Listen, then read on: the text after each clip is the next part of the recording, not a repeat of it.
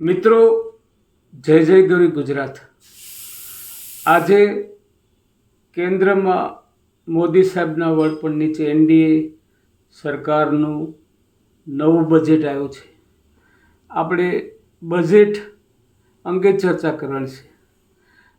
રજૂ થયેલું બજેટ આત્મનિર્ભરતા લઈને આવે છે અને તેની અસરો દૂરોગામી રહેશે એવું લાગી ગયું છે. સર્વાંગીણ વિકાસની તકો આ બજેટની અંદર ઉજાગર થાય છે. કૃષિ સહાય ક્ષેત્રે મહત્તમ વિકાસ માટે શ્રેષ્ઠ તક ઊભી કરી છે.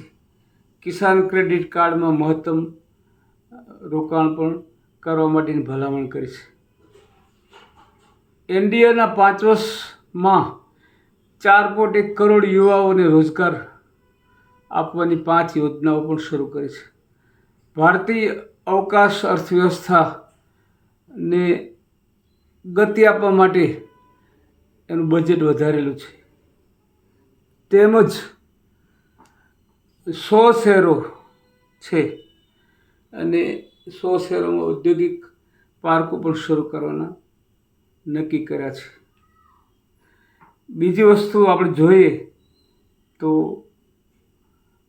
શિક્ષણના હેતુ માટે શૈક્ષણિક લોનની મર્યાદા પણ વધારેલ છે.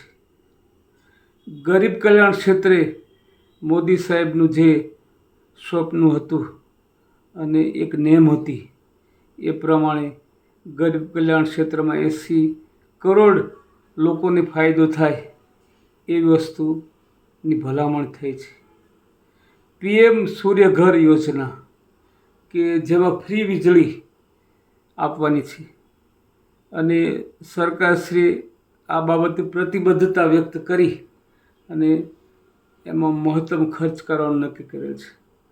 તો આ બજેટની અંદર ખેડૂતો, યુવાઓ, મહિલાઓ, ગરીબોના સર્વાંગીણ વિકાસની શ્રેષ્ઠ ભૂમિકા સાથે 2047નું લક્ષ્ય લઈને આવે છે અને ખૂબ અસરકારક અને અર્થવ્યવસ્થા માટે ઉત્તમ બજેટ સરકારશ્રી રજૂ કર્યું છે.